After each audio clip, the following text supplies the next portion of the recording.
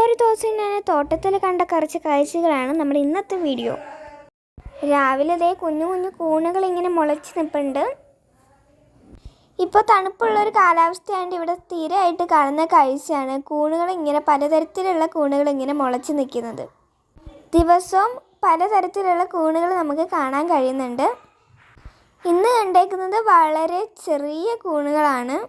ഈ കൂണുകൾ കുടയുടെ ആകൃതിയിലായിട്ടാണ് കാണാൻ പറ്റുന്നത്.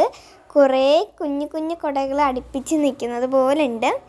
ഈ കൂണിൻ്റെ പേരറിയാവുന്നവർ താഴെ കമൻറ്റ് ബോക്സിൽ കമൻറ്റ് ചെയ്യണം. ഈ കൂൺ വളരെ ചെറുതാണ്, അതുപോലെ തന്നെ വളരെ നൈസായിരുന്നു.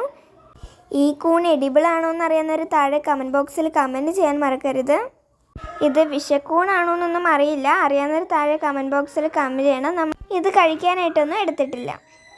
ഇവനെ ഇപ്പോൾ വളരെ അപൂർവമായിട്ടാണ് കാണാറുള്ളത്. ഇതാണ് മഷിത്തണ്ട് ചെടി, വെള്ളിത്തണ്ട് എന്നൊക്കെ ഇത് പറയാറുണ്ട്. ഇത് സീതപ്പഴമാണ്, അത്തച്ചക്ക എന്നും പറയും. ഇത് എൻ്റെ ഫേവററ്റ് ഫ്രൂട്ടാണ്, എനിക്ക് ഭയങ്കര ഇഷ്ടമാണിത്. ഇത് കൂണാണോ എന്നറിയില്ല. ഇത് രാവിലെ കണ്ടപ്പോൾ വെളുത്ത നിറത്തിലായിരുന്നു. ഇത് ഞാൻ വൈകിട്ട് വന്ന് നോക്കിയപ്പോൾ ഇതേ ഇരുണ്ട നിറമായി മാറിയിരിക്കുന്നു. ഇത് മുറിച്ചിട്ട തടിയിൽ കണ്ട കൂണാണ്. ഇത് കൂണാണോ എന്നറിയുന്നവർ താഴെ കമൻറ്റ് ബോക്സിൽ കമൻറ്റ് ചെയ്യണം. ഈ തടിയിൽ നിറയെ ഈ കൂണ് പോലെ ഉണ്ടായി നിൽപ്പുണ്ട്.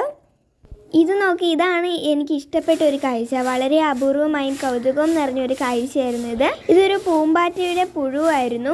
എനിക്കിത് കണ്ടപ്പോൾ തോന്നിയത് ഒരു സീനറി ആയിട്ടാണ്. നടുക്കൂടെ വെള്ളം ഒഴുകുന്നു, അപ്പുറത്തും ഇപ്പുറത്തും ചെടികൾ നിൽക്കുന്നത് പോലെയാണ് എനിക്ക് തോന്നിയത്. ഈ കാഴ്ച എനിക്ക് വളരെയധികം ഇഷ്ടപ്പെട്ടു. നിങ്ങൾക്കും അങ്ങനെ തോന്നിയെന്ന് പറയണം. ഇതേപോലെ പ്രകൃതിയിൽ ഒരുപാട് മനോഹരമായ കാഴ്ചകളുണ്ട്. അപ്പോൾ പുതിയ പുതിയ കാഴ്ചകളുമായി ഞാൻ മറ്റൊരു വീഡിയോയിലേക്ക് വരാം.